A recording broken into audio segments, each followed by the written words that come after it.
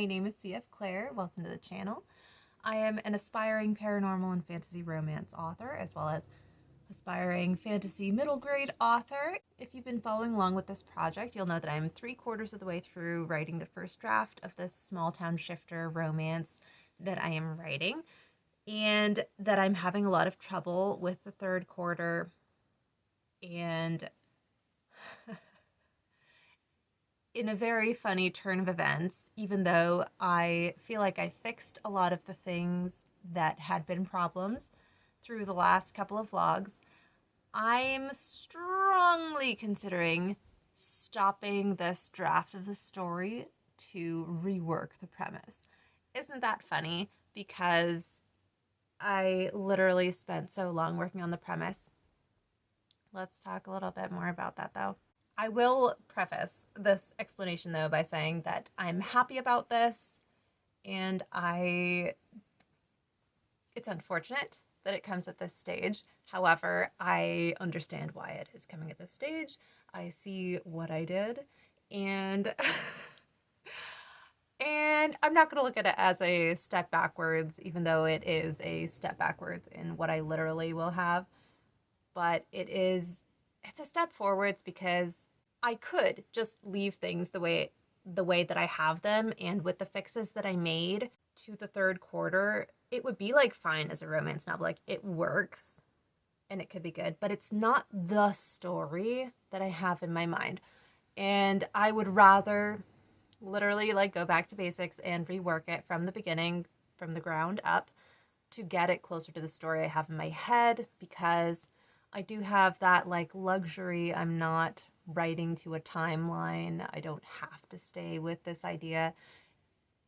As I've like written 3/4 of it already, I've gotten a much better idea of like what I want to do with it. And as it turns out, I need to alter slightly, but with massive effect, my premise.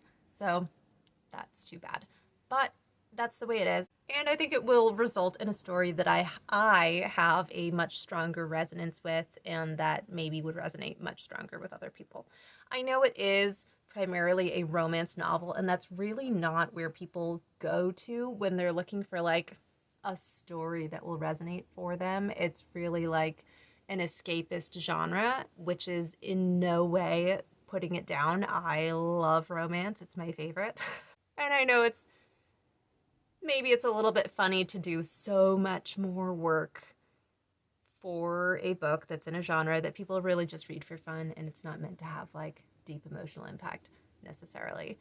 But that's the kind of writer I want to be, and this is the story I love, and I need to just do some more work to get it to what I think it should be. And all of this is because of reading The Anatomy of Story, again, rereading it. And I was actually just shoveling. It snowed. I was shoveling and I was listening to an interview with John Truby about plot, which is literally like the biggest weakness that I feel I have, is coming up with plot that I like and care about. And what he was saying really resonated with me, and I'll leave a link in the description. I'm always talking about him because everything that I've read by him has helped me out of corners that I have been in for literal years, not knowing what to do about it. So that's why I'm always talking about him. He's great.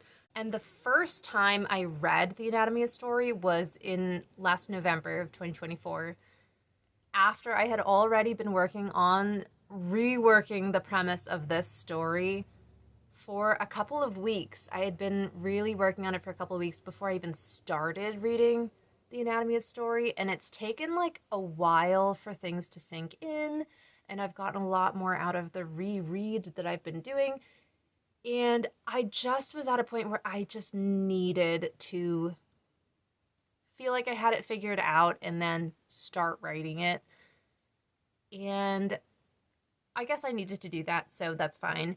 But here I am, reworking it, because over time, having everything sink in and encountering all of these problems that I don't think I should have at this stage, it really just makes me realize that I do need to rework the premise again. Hello, So it's January 31st, and instead of being done with the first draft of this story, which was my original hope, which was then pushed to February 6th, instead I have fully for sure decided to stop the first draft because I had been so attached to that initial like premise and reworking that premise to make the story I came up with 6 years ago still like mostly work. And it turns out it just like it's one of those things where you have the idea for so long and then it's really hard to just change it and not do it anymore, but it wasn't working, and I realized it's not actually the story that I'm trying to tell with these characters. So we're going to keep a lot of stuff, but we're also reskinning things massively. So it's pretty funny how a lot of what I already wrote will still work with what I'm doing, but it will come out very different on the page. For instance, like that mating contract with stipulations that I came up with, I'm still going to use that, and that's going to be the basis for a lot of the plot events that are going on. But it's going to be in a very different context and with characters feeling differently about it. Check out what I did on this channel. We're always about that growth mindset and writing as a career and taking steps forward and just learning more about what you need. And I'm so excited about this tool that I made. Let's chit chat about it. I'm gonna flip the camera so you can see better. So this is just like from the dollar store, a 3-fold project poster board. In the middle, does that look like a funnel shape? It's meant to. This is the first sequence. This line is the second sequence, the third sequence, the fourth sequence, the fifth sequence, the sixth sequence, the seventh sequence, and then that final 8th sequence. So it's all supposed to feel like it all just funnels down into what has to happen inevitably at the end. And I had done a lot of the same stuff here except on my wall, and I almost immediately noticed that I just needed it to look I needed it to look like a funnel to really visualize why it would be so important, and like the narrowing of choices and things like that. I don't know. Listen, I just need to have that, I guess. I really do. I'll leave a link in the description to the 8-sequence method as described in my favorite video I've seen on it, and I do a similar thing. I put about 8 to 10-ish magnets spaced out on the back of like for each sequence, and then you can just like cut index cards into these little squares. It's really just to be able to move things around. Now, ideally, it would be great to just like have a magnetized large board, but I just don't have that. I can get one of these from the dollar store. That's kind of the monetary aspect right now. It's worked really well. What I have on the board is from earlier today, and I actually had like a huge breakthrough, so a lot of that is gonna go. But it's so that you can write the basics of what the scene is and then sort of play around with the spacing of it. You can just like move things around like very easily and just visually see how it builds and what we need to do. So I'm really excited about that. I think for someone like me, that's going to be massive. And then obviously this is not the kind of thing that you could just like leave around with young kids and expect that it stays this way. So it really is just like a designing tool. And then once you get the scenes the way you want them to be, like, bring it over to a spreadsheet, dude, and like type it in before it gets lost. But still a very visually important aspect for me that's going to be really big. Then on the sides, I did my tables. So this is 10 steps to a good premise, and it's meant so that you can just do the little sticky notes on these.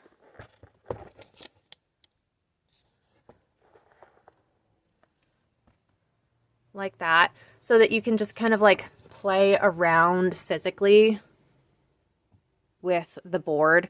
I have this on my Chromebook, but like my Chromebook is just so tiny and the screen is so small and I need to just like scroll to see stuff. Like it's just not conducive to really brainstorming well. The first one is the 10 steps to a good premise, and then underneath it we've got the 7 key story steps.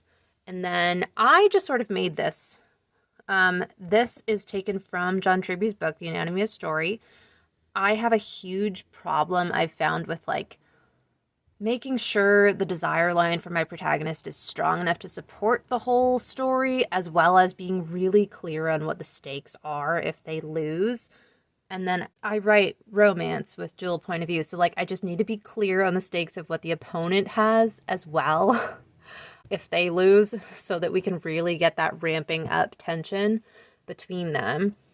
And then just like a space for the log line, which is different from the premise. In my mind, the log line shows the stakes in the title, whereas the premise does not necessarily. It's really just kind of like the main idea. So the premise is much more wide open, and the log line is specifically how is that premise played out in this story. And it's a massive distinction. The premise that I wrote for what I have for the first draft of this story is still going to be applicable to the story that I write, but the log line, the way that that premise is played out, is going to be different. Below it, we've got the 22 story steps. All of the brainstorming, outlining stuff on that side. And if anything sparks like a scene, then we can just literally put it right wherever we think it'll need to go. And then on the other side, I have the key romance beats. And I really like Gwen Hayes' beats. And so I use a lot of her terminology in those. So we've got like the first quarter and the 2 sequences within that, second quarter, 2 sequences within that. Some of the larger structural story beats that I really like and really work for me, like the debate. It's not a romance novel thing, but it is a key thing, the way that I like to think of story that makes sense to me, and it's not one of John Truby's steps. Then on the back, we have a list of the romance tropes I like, shifter romance genre specific tropes, and things that I want to see more of within shifter genre romance novels. And then I just like put in blue what I am trying to do in this story.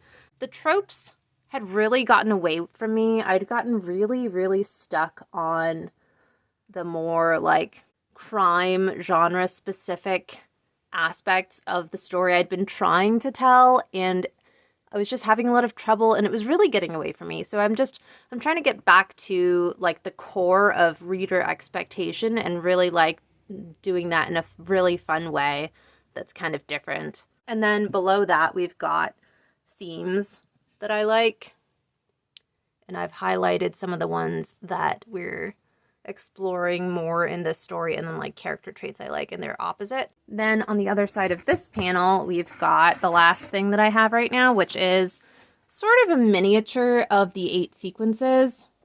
And I've been using this as just like a really big, broad scale way of the abstract feel of each sequence, which I don't know if that makes sense, but like I want it to feel like the world is getting smaller, or choices are getting like everything's getting tighter until like the character is forced to change or die, essentially. And I found that I just needed a way to track that. So I think that's going to be really good for me. And I've been starting at the end and working my way backwards, although I do need to redo all of these. I hit upon what I think is the design principle that I am going to use going forward. I'm going to do a little bit more exploring, but I'm pretty sure I'm going to use it because I'm getting really excited about it. And it seems to lend itself a lot easier to just like the natural way things might unfold. And it's closer, I think, at its heart to what people would expect from a shifter romance. I've been like searching for a way to tie everything in that I love about my protagonist, and I have since the idea originated 6 years ago, and I think this may be a really fun way to do it and be true to what I'm trying to do with her, because in a lot of ways it's like, why continue with this idea when it's been so long and it's been so hard? But there's just so much that I really love about this character, and so I want to bring them all the way through to the end and know that I'm capable of that. So it's worth it. It's worth it to me, and I think it will be good. Right now what I'm doing is I made a table with the tropes that I'm remembering I want in this story, and I'm sort of writing out some of the expected or unexpected ways that we can have those tropes going on. And I'm going to print that out and just sort of like use everything combined to get closer to telling this story. And I'm looking at scenes that I already have in the book that I really like and I think will still work really well. And so I'm picking those out, and I'll make a list of those. And then I'm going to like go through the 10 steps to a good premise and the 7 key story steps and really look at the stakes, and then fill out the 22 story steps John Truby has, and look at what I have for all of these, and just take all of that information and combine and adjust to get the scenes, the main action that will go here, and then fiddle around with the order. And it's like a lot, but a lot of it is already there, and it's fun. This is a fun thing for me. There's a frustration to it because I've been here so many times, even like literally with this story, but like with every single project. But it's all just learning more and trying things. And sometimes you try things and it doesn't work, but you still have to try things, because if you just keep doing what you've been doing over and over, like, for sure that's not gonna work. That's been my experience. So it's fine. We just try new things. We're trying this. And the whole thing is that I'm looking at this as a career, as a passion, as a calling. And so I'm not like trying to rush to the end to just get done with a story. I'm trying to find the way that's going to work to find the story that I know I'm trying to tell. And so it's just a process. So that's fine. I hope everything's going well for you guys. Let me know if you've ever been in a situation like this where you just like, you've written most of the first draft and you're like, actually, oops, I don't know about this. Or if you make anything like what I've got going on, or I don't know if you relate in any way to what I'm saying. It's gonna be February tomorrow. I'm in the process of redesigning my Kanban board because I'm definitely not going to be doing all of the things that I thought I was going to do. There's just not time now that we're out a month. And that's fine. That's fine. This is one of the first times I've been doing a Kanban board, and I've gotten so much out of it, and I think it's really good for me. But I'm readjusting what I'm expecting of myself, because there's no point leaving everything up there when I know already, like, I'm not going to get to revising Project Let Go this quarter. It's just not going to happen. So just take that stuff off. It's February 3rd, and I've been working on reworking the premise and doing all of the John Truby things. And it's helping a lot. People often talk about this book as like an advanced book for writers, and I think that's absolutely true. And I think the first time I went through, it was just such a new way of thinking of these things that it was really hard to wrap my mind around. So I did my best, right?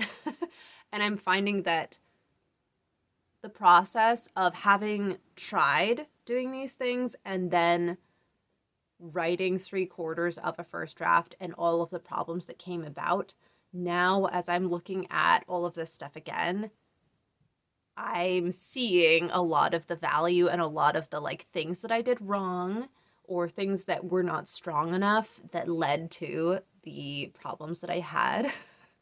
And I will say that one of the problems with having a story in your mind for so many years before like actually getting it the way you want is that you've had so much time to attach yourself to the way that you initially came up with things. And it's very difficult to brainstorm other ways it could work, because in the back of your mind, you're still like, it's this way and this has to happen. And that's kind of what was happening with me.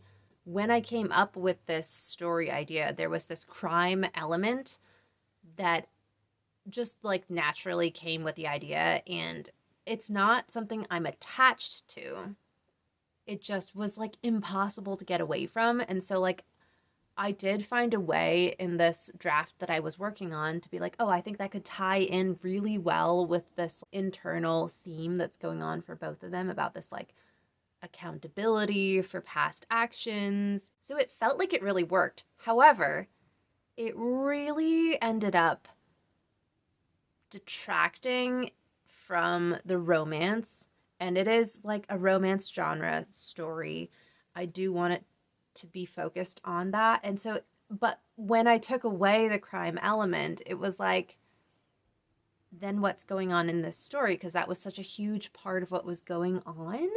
Just like, I don't know, it was really difficult. I realized the reason I like that crime element so much is because I really wanted at the end there to be this feeling of like poetic justice, and I'm really interested in exploring that theme, and it's one that's coming up in my B project because that one is a detective mystery, and so it does like there's a lot of similarities, and I think what's going on is just like my mind right now is really interested in exploring that like moral accountability theme and portraying that like poetic justice at the end of a story. And I think I'm going to detach that idea from this romance and allow myself to like really explore that in the B project. So I think that was like one of the problems, is just like, oh, this thing that's so interesting and I want to like do it in both.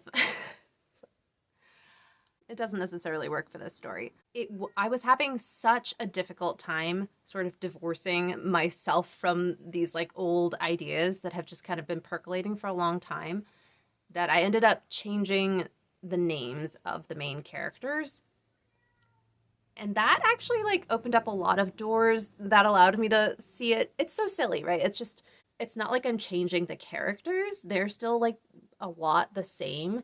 There's very little I'm doing different, but just the simple act of being like, oh, I'm not going to call the protagonist Kira. What if we call her Sophie? And it's like, oh, she's like a different person. Okay, then like it just opened a lot of door for a lot of different brainstorming. So maybe that would be helpful if you're in a similar situation. I don't know. The other thing that has been so helpful for me is this board that I made. So I'll flip it and I'll show you kind of what's going on now that it's filled out a little bit more. I was using sticky notes for just coming up with a lot of different ideas of how things could be. And once I got all of the premise steps the way that I feel like really excited about, and I think it's going to be really, really fun, then I went into my like document and I printed them out. So this is just like paper taped to the initial thing behind it.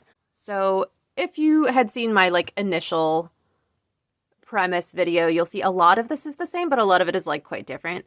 The actual premise itself is similar, but really different. That is still what's going on here, but we've got harsh shifter prints now, and that feels like a really important distinction. I had not had him being harsh before, but I think that's going to work really well. The initial design principle, that was something that like I really, really struggled understanding because it's an abstract concept and I was not used to thinking of things like that.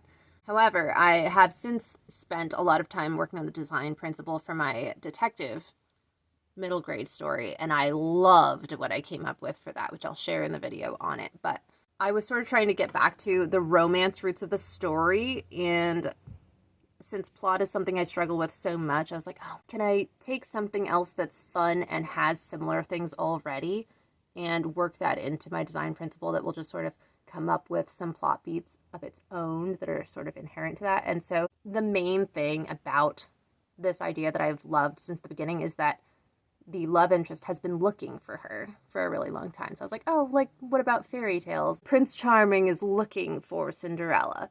And I think that can tie in really well. So I started thinking about that more and I got more and more excited about it. This is not a fairy tale retelling. I am using it in the abstract. Then the basic action is a little bit different. I was having so much trouble figuring out what the desire line is for my protagonist. I was having so much trouble because when I had the initial idea, I was like, really early in the story, I want them to finish the mating bond and like have to deal with what that means. But when I took a step back and I was like, oh, like what would she really not want to do? she doesn't want to finish that mating bond because she's like very guarded, very prickly. Like she would never want to tie herself to someone like that. So we want to explore that, but we can't have it come so early in the book. That's got to be later in the book, because what she wants, really, what she's fighting the opponent, the love interest, about is whether they will complete the mating bond or not. And so what she is actually trying to do is to convince him that he shouldn't want to complete the mating bond. So that desire line really has its own plan that sort of comes with it, because if she's trying to convince him not to want to mate her, then like, what's she doing? Oh, that's like 1, 2, 3, 4, 5. That's the plan. So that made it a lot easier to figure out that step. With every story, there are some things that are so difficult and some things that come easy. And with having an old idea, it's just like you have to locate what is it about the story that's not working, which can be so hard because you're so close to a story and I've literally written like 3 first drafts of this story in such different ways, and it's just like crazy. But I keep holding on to it and like wanting to do it again because I love this main character and I think it can be really, really good and have a lot of things that readers of the genre would love about it. And it just has a lot of promise. And so I'm like, I just don't want to let it go. But it's hard to identify those things that are not working in something that you've had so close for so long. And once you do, then like feeling like you can change them. So changing the names helped so much. We've got, instead of Kira and Riker, we've got Sophie and Law. So this layout is helping a lot as I'm sort of like coming up with things. I'm like, oh, we're going to need to set up, you know, who he is. We're going to need to set up their meet cute. This is what I've got at the moment, and what I'm kind of working on is I'm filling out the things I don't have for the 22-step story structure. So that's what we've got. We're going to go out and shovel the snow. This is the kid corner of the living room, and I think we're going to add another shelf to it because their rooms are getting crazy. So we need to say goodbye to some toys. And it works really well having some stuff in the living room for them, because then we can all hang out as a family. We used to have one of their rooms be the playroom, and we used to hang out in there a lot. And when we needed to give them each their own room, because we got a lot of, oh, they're using my toy. It's like, okay. But there's a lot of communal toys. So I think we need to work on that, and that will help the family flow a little bit. I've spent most of the day doing some organizing in the living room, actually, instead of writing. And that was like semi-intentional. I really wanted to organize, and that feels really good to have got that done.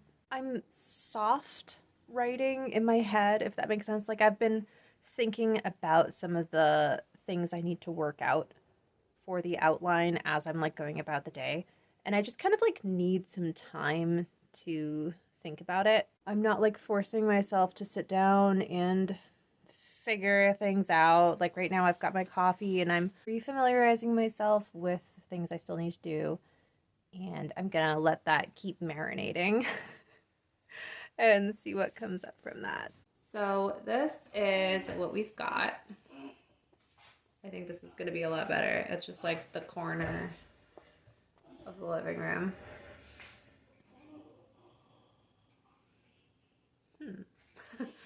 It's been working out pretty well having the kids play in the living room. That's been nice. They've been self-starters, which is always nice. It's February 4th, and I really wish that I had a project that was actually in the first draft stage. I'm getting a little bit burned out of outlining.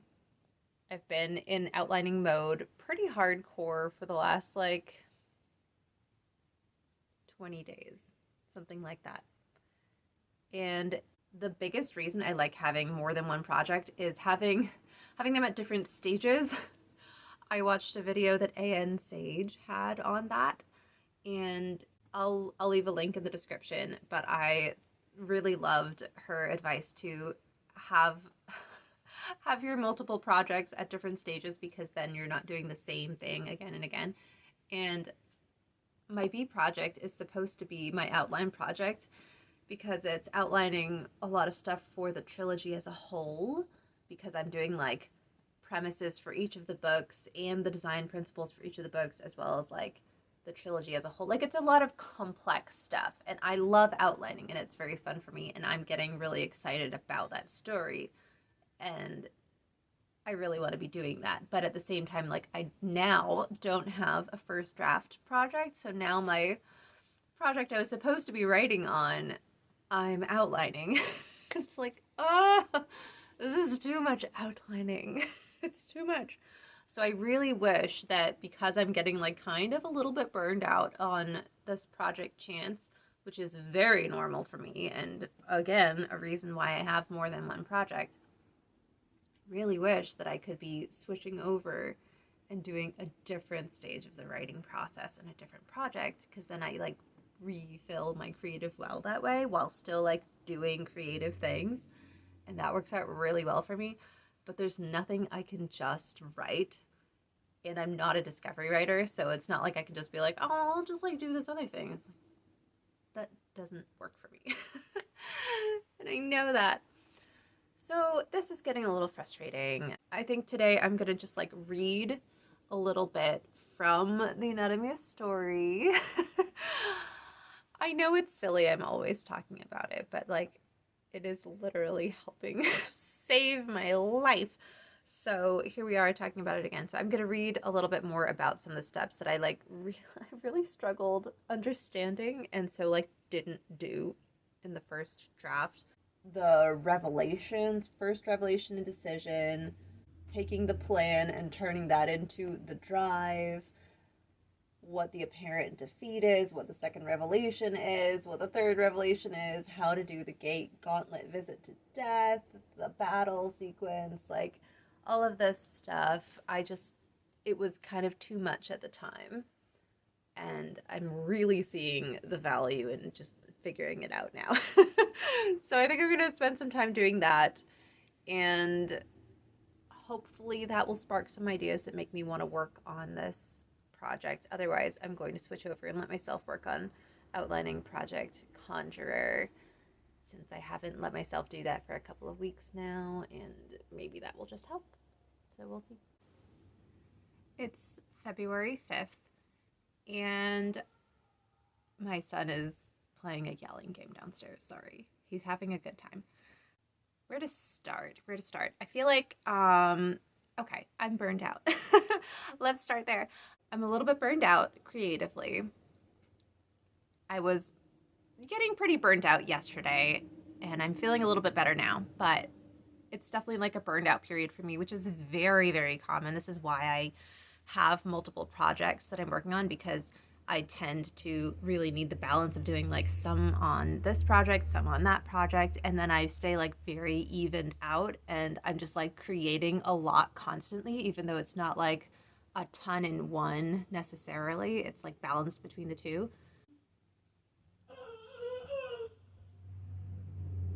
Everything okay? Whoa. Are you writing? I'm talking to the camera about writing. I did hear the timer go off too, though. I guess we need to change the laundry over. We'll be back for this. Oh, and maybe we'll fix that. It was a false alarm. The laundry still needs like 20 minutes. I've been doing this like 3-card tarot spread most days this year, and it's so interesting how things come up, and most of my readings have been about like having so much creative energy and drive and trying to balance that with being a mom and taking care of the house and not ignoring anyone else's needs. And yesterday was the first day where I was feeling like really kind of burned out and down on my writing, because I'm not like where I want to be right now. And it was the first reading I had this whole year that like really was about like difficulty with creativity and difficulty with like negative thought patterns. I was like, I've been getting so much out of these tarot card readings that really helped me like pull back a little bit from myself and be like, oh, okay, yeah, so it's just like a focusing tool. And it really like puts words sometimes to like some of these like swirly feelings that I'll have. Sorry that it's so much background noise, but he's just having a good time with the keyboard. So I was having a little bit of a down day. I did do a little bit of writing, a little bit of outlining on Project Chance. I didn't like come up with that much stuff, but there was like a couple fiddly things that feel better now. I had a video call with my brother who also writes, and he's a very, very different style writer. And so we were talking a little bit, and I was like explaining my marble analogy and my like frustrations with that, which I go into in a different vlog. I'll link to it if you haven't seen that one. And he was kind of like sympathizing with that and some things that he's gone through that are similar. But he's just like a very different style writer, and it's really interesting hearing other people's like perspective and things that they do when they're feeling stuck. And he was kind of explaining how the way that he thinks of story, how things come to him, it's like very much images. And when I say he's a different style writer, like I love structure. I get a lot out of structure. It really helps me. He is like incredibly intuitive. The structure is not interesting. It's limiting. It's not anything worthwhile for him. He's not writing for publication. He's not writing for other people. It's like a thing that he does for himself that's really fun for him. And it's very like deeply meaningful for him. And so we just have like very different styles, very different reasons, very different ways of coming at it. And he was kind of explaining how stuff comes to him in images. And sometimes when it comes in an image of like, he was using an example of like, I'll have this image of this situation between like two people, and then there's like this, like a frog or something, and he'll like start writing, and as he's writing, somehow the frog transforms and it's not a frog anymore, it's like a badger. And in the process of like trying to get the image from his head onto the paper, things are changing, like his fingers know more than his brain ever could, which I thought was really interesting. And so then like when things are on the paper, a lot of times it's much more interesting than he had ever envisioned in his head. And I just think that's really cool. So I always get really like creatively charged up after talking to him, because he's just one of those people who's so inspiring. The way he approaches life and everything. It's February 7th. I'm feeling better. I did some reading. That was really nice. I started reading over this first draft of Project Chance, and I think I need to read it over. I think I'm gonna get it all printed out. I'm gonna read it over. I'm gonna make like very, very minimal, large scale notes, which is something that I did in Project Let Go, the last project I finished. And I'm gonna make my like very broad scale notes. I'm gonna work on my chapter and quarter analysis, and I think that's going to help get some perspective. It's been a while since I read anything on the project, and it's been like, 20 whatever days. Like I think it's been like 3 weeks or something since I actually wrote on it. So I feel like I've been doing a lot of stuff thinking about it, but I do feel like I have enough space from the literal what I wrote to look at it objectively. I'm going to end this vlog here, and the next one will pick up where we go over some rereading the first draft and what I mean when I'm talking about making a little analysis of each chapter and each quarter to get more of a structural reading of what the story has without getting too caught up in like the prose of it. So I hope your writing's going well, and I'll see you in the next video.